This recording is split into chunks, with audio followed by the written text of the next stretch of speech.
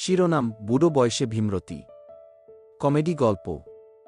৭-০ বছরের হাশেম কাকাবু মরার পর হঠাৎ প্রেমে পড়ার নেশায় মেতে উঠলেন।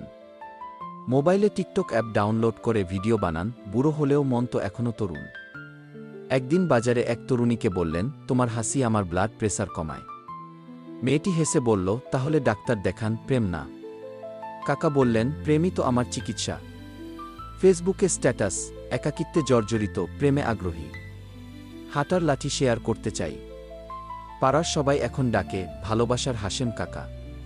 আর কাকা বলেন, ভীমরতি না, প্রেম রিটায়ারমেন্টের ইনজেকশন।